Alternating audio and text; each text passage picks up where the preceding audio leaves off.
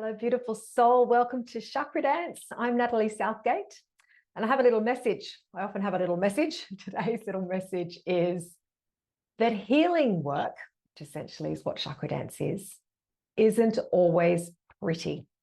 Okay. I think sometimes there can be this tendency when we think of healing modalities and spirituality and the whole new age kind of movement that it's all about love and light. And yeah, that's part of it, isn't it? We want love, we want light in our lives. But genuine healing work is messy. It's it's it's about actually going in and revealing what is buried within us, what is unprocessed within us. And to do that, what often comes up is, emotions that are not comfortable, and it might attract in some experiences that mirror what we need to work through, which are awkward, uncomfortable, painful. So why a lot of people avoid healing work, to be honest. It's not for the faint-hearted. I often say to my Chakra Dance clients, you're really courageous for being here, because there's kind of two ways to deal with things. We either go, and I'm not judging either, I really am not, because it's just part of being the human journey, and I've done both, so, but you either go, I'm just going to avoid all of that, and you numb yourself. And there's so many numbing techniques that are really easily available to us, alcohol, drugs, smoking, TV, food, codependent relationships. Like you can really, even fitness sometimes can be used as a way of just obsessively going into something to avoid.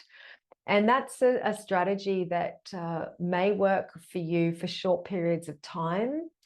And that's okay. That's where you're at, and I think it's when we use that as a strategy for a very, very long time that eventually it starts to crack. There's only so much pushing down of things we can do, and other things start to erupt. So where you may have had one small addiction, it leads to another addiction, which leads to a pattern of behavior that you don't like, which leads to a compulsive behavior, which leads to anxiety, which leads to depression. You can see how what tends to happen the more we repress and don't deal with things, it pops out wherever it can. So, and that's our body, that's our psyche, that's our soul saying, hey, look at this, heal this. If you heal this, it'll be better.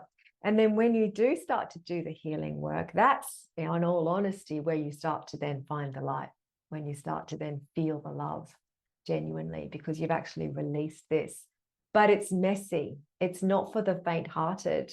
And I've just led a beautiful group through a lovely nine-week program in Chakra Dance, and have held space and have gone through it myself as well, gone through this process. And there are times in it where you think, gee, why am I doing this? But seeing the results at the other end, seeing the transformations in people's lives, seeing people going from literally being totally burnt out. That was kind of like a common theme of the group I just worked with, this sense of burnout and depression and heaviness, to actually finding energy again, to finding joy again, to wanting to be engaged with life again. Okay, for some people, it was actually letting go of certain people in their lives who they didn't really want to have to let go of, but have become so toxic that they through the healing process found that the most loving thing to do was to actually release. And it might just be for now, it might not be, but actually coming back to that self-love enough, and that awareness, that consciousness enough to actually see things for what they really are, and to bring that movement. So each person goes through their own journey in Chakra Dance, goes through their own healing process, but every single person who comes to this heals something, takes at least one of those buried components and lets it out. And yeah, has the messiness for a little while until that mess can turn. It's bless the mess, isn't it? Until it can become the blessing.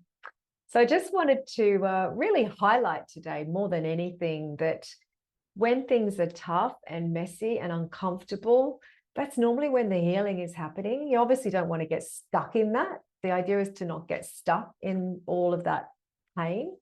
Okay, pain is something that should move through and heal and shift, and we grow from it. So you're having an awareness of not just being stuck in something like grief and not getting out of it.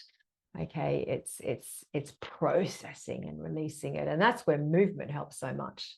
That's where working with the chakras helps so much, because you're shining a spotlight onto these different facets of who you are, and you're moving it. You're moving things through, literally moving things through and out of your body, out of your energy field. Okay, things come up out of your memory.